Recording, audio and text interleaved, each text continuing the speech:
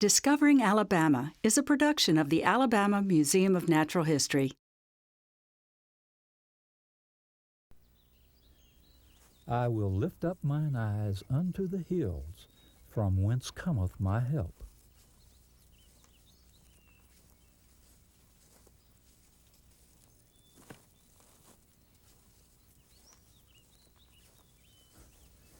I come home to my solitary woodland walk as the homesick go home. I thus dispose of the superfluous and see things as they are, grand and beautiful.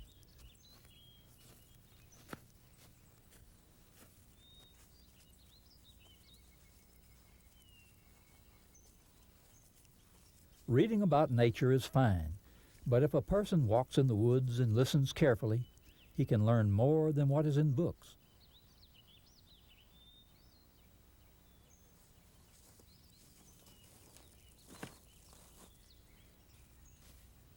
And when he had sent the multitudes away, he went up into a mountain apart to pray.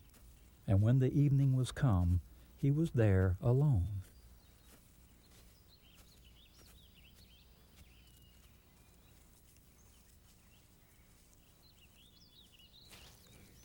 Hi, I'm Doug Phillips. Throughout recorded history, we have writings of people seeking the solitude of wilderness. Strictly speaking, wilderness is land that's uninhabited, uncultivated, land that's natural and wild. But today it takes an act of Congress to define wilderness. Well, the good news is Congress has used its power to designate another official national wilderness area right here in Alabama, the Duggar Mountain Wilderness. Join me as we get better acquainted with the state's third federally designated wilderness. We'll discover what makes the Duggar Mountain Wilderness area special. And along the way, we'll try to take a moment to pause and enjoy the area ourselves. Wildness reminds us what it means to be human, what we are connected to rather than what we are separate from.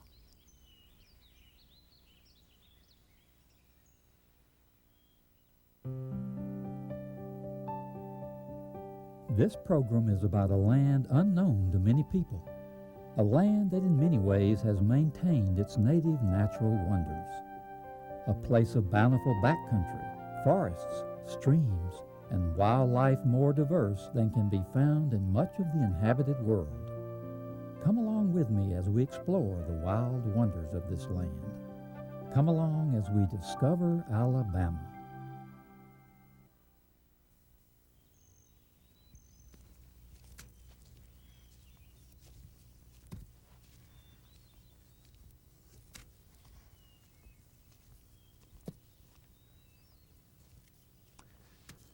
Welcome to Discovering Alabama, and welcome to the Duggar Mountain Wilderness. The legislation that officially dedicated Duggar Mountain to protected wilderness status was signed into law by the President in December of 1999.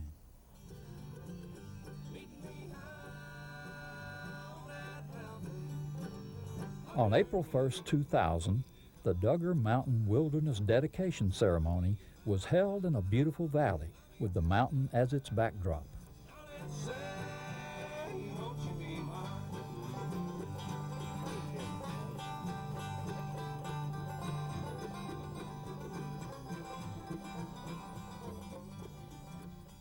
Today, all of us are here gathered to dedicate this mountain, this whole range of mountain, as a national wilderness area.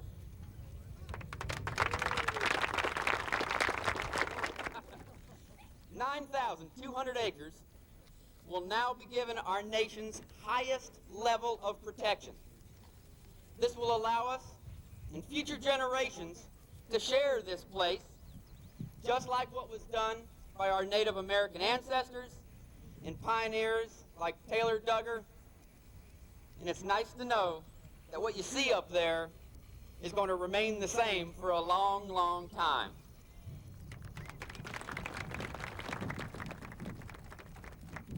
Today really is a joyous occasion that we should all be so happy that we're here celebrating. And it's a joyous occasion for really many different reasons, and I just want to go over a few of them with you today. I think the first reason deals with us. As a species on this planet, we as human beings really need a place to retreat, a place to go to that's away from the traffic congestion and the paved roads and the ringing phone, and here lately tons of email. We need a place like Duggar Mountain. In this day and time of urban sprawl, in this day and time when all of us do not have time to renew, we can look to something like this, and we can use it, and it can be therapeutic. This is what wilderness areas are meant to do. The people here that have believed in this have worked hard and stayed with it and made it a reality. It is a tribute to the people in this area, and Pete, you particularly, and all of those that have worked with you, that you have gained almost universal support for it. So it makes it easy for us to support you. And I believe you're going to make this a exceptional place for retreat and refuge from the hustle and bustle of modern world. This is certainly a great day for all the people of Alabama and the land of Alabama that we all love so dearly. We're here in the shadows of the second highest peak in Alabama. The addition of Duggar, of course, is our third wilderness area in the National Forest. And this designation brings our total wilderness acreage to over 41,000 acres.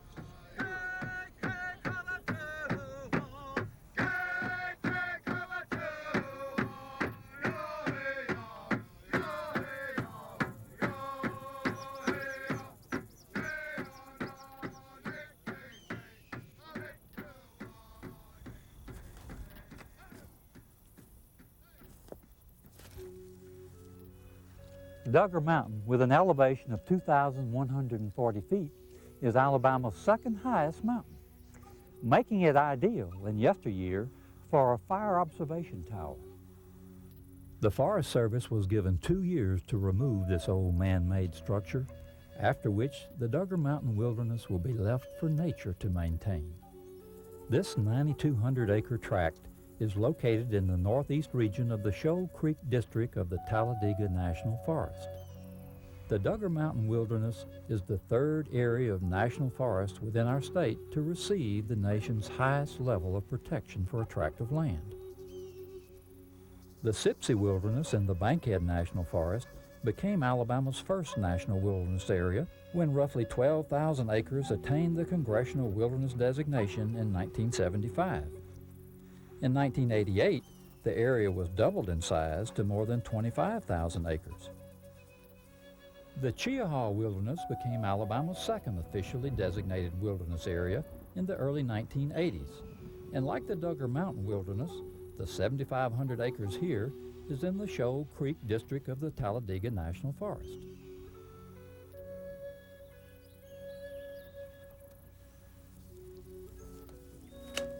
Duggar Mountain's designation as official wilderness is the culmination of years of hard work that reflects what individuals can do when they work together for a common good. But there's so many others that did hard work. People like Ken Wills, Hendrick Snow, many others. They went door to door all over this mountain and got over 200 signatures from the adjoining landowners. And they signed a petition saying they wanted their backyard to be a national wilderness area. Bruce and Francine Hutchinson, who happen to be my next door neighbors, they did a lot of the science background. I understand they took 200 trips, hiking trips up there, and some of it was hard work, but I know it was a passion and a love that they've had, and all of us have fallen in love with this mountain. The modern idea that government should set aside and protect wild areas is often traced back to Teddy Roosevelt's friendship with John Muir, founder of the Sierra Club. Yet in the late 1800s, Taylor Duggar, for whom this mountain is named, set aside a sizable portion of his land holdings as a wildlife refuge. Such long-range thinking, such preservationist thinking, was virtually unheard of in the late 19th and early 20th centuries. Here in these modern times, our natural heritage often comes into direct competition with money-making ventures that include everything from mining natural resources to building new outlet malls. In an effort to preserve remaining wildlands, many conservationists have attempted to place economic values on wilderness areas with new concepts like ecotourism. These days, it seems it's not enough to preserve a bit of our remaining wild lands for reasons like, well, it's just the right thing to do. These days, we have to attach an economic value even to the moral high ground. I think some people who are interested in preserving the environment have begun to try to give monetary values to the environment as more or less of a last-ditch attempt, because they see that money is the thing that talks. They're trying to say, well, here we have a lot of money. In the end, that's going to be futile, because the values that the environment, that natural habitats provide for us can't really be given dollar values. Ultimately, we have to calculate the value of our natural surroundings in different terms. I know this event is an agreement between politics and science, but doing this has been a deeply spiritual experience for my husband and I. We've had the opportunity to glimpse the wisdom, the kindness, and the sense of humor of the Creator. We have come to feel strongly that we all have a divinely appointed responsibility to caretake this creation upon which we depend for this part of our soul's journey. Now, why would folks like Francine and Bruce Hutchinson devote so much time and energy helping obtain wilderness designation for a place like Duggar Mountain? A first clue can be gleaned by coming up here to simply look and listen.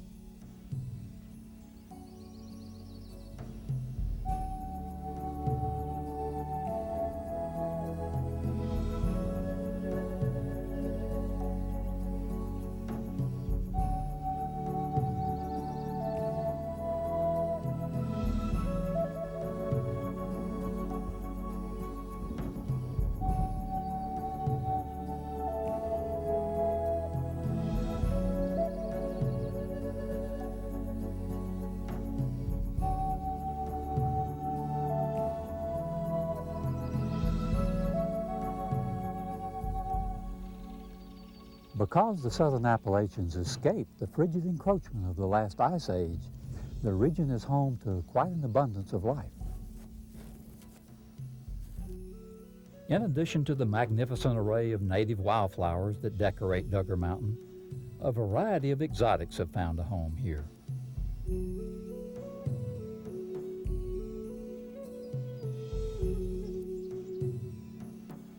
Among the hardwoods to discover on Duggar Mountain are the oaks, hickories, beech, sweet gum, dogwood, sassafras, and sourwood.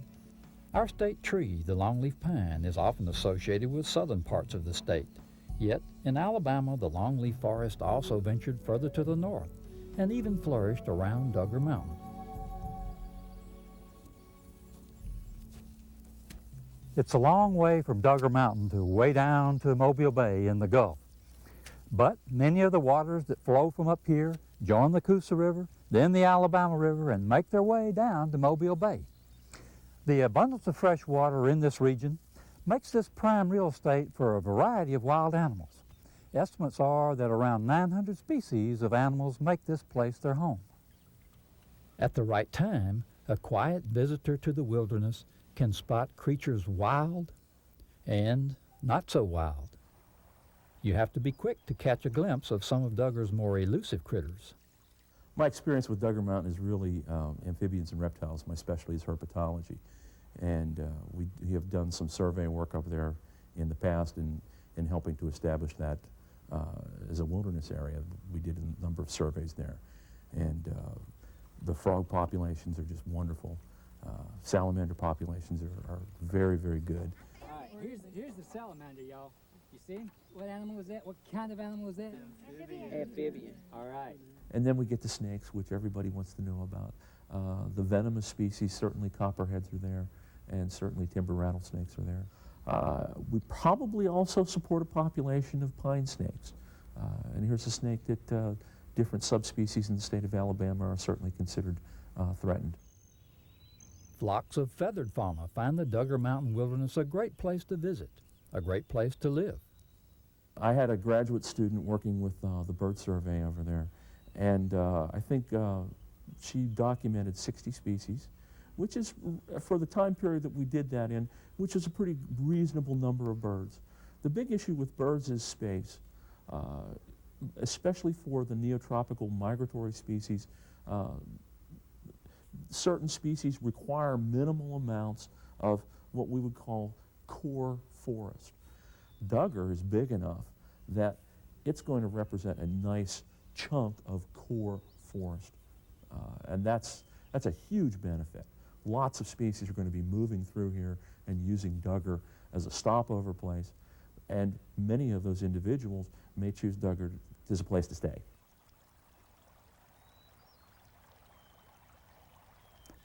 Beneath the layer of life visible to the naked eye, scientific scrutiny reveals ever more.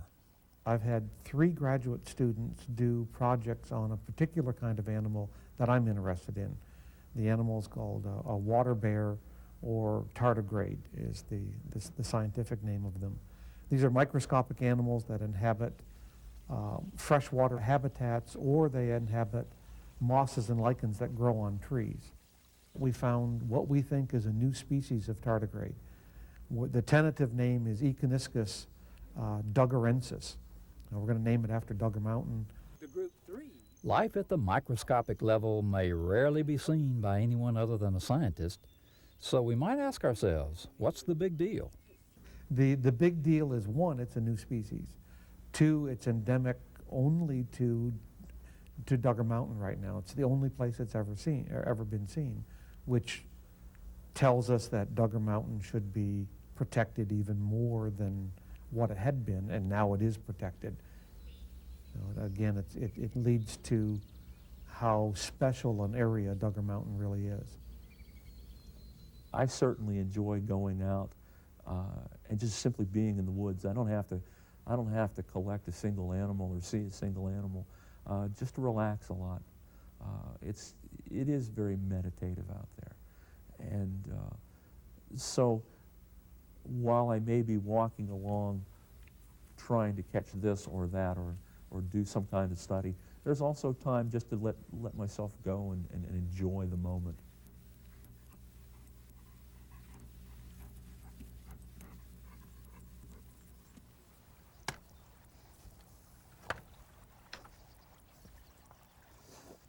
Now here's an item commonly found up here. Beautiful piece of white quartz.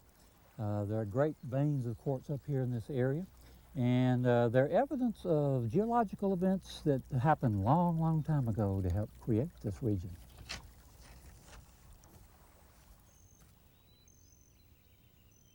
Duggar Mountain is part of the Appalachian chain of mountains. The quartz we find up here was created by the enormous geological pressures that pushed these mountains upward around 300 million years ago.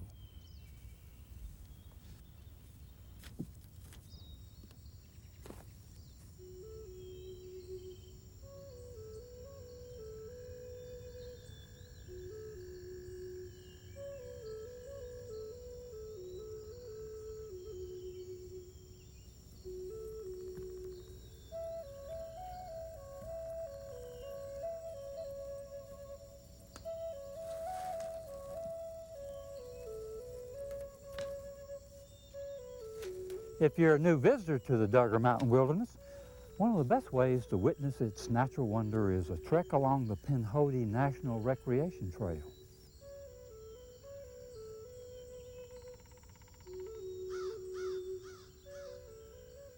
The southern end of Pinhoti is down around Sylacauga, from where it extends northward along the Talladega Mountains for more than 100 miles.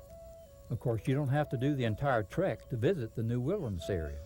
Around 8 miles of the Pinhoti Trail traverse the Duggar Mountain Wilderness.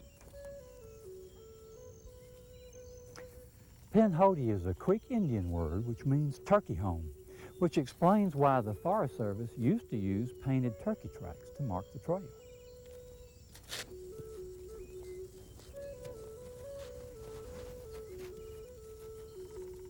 Let's see this.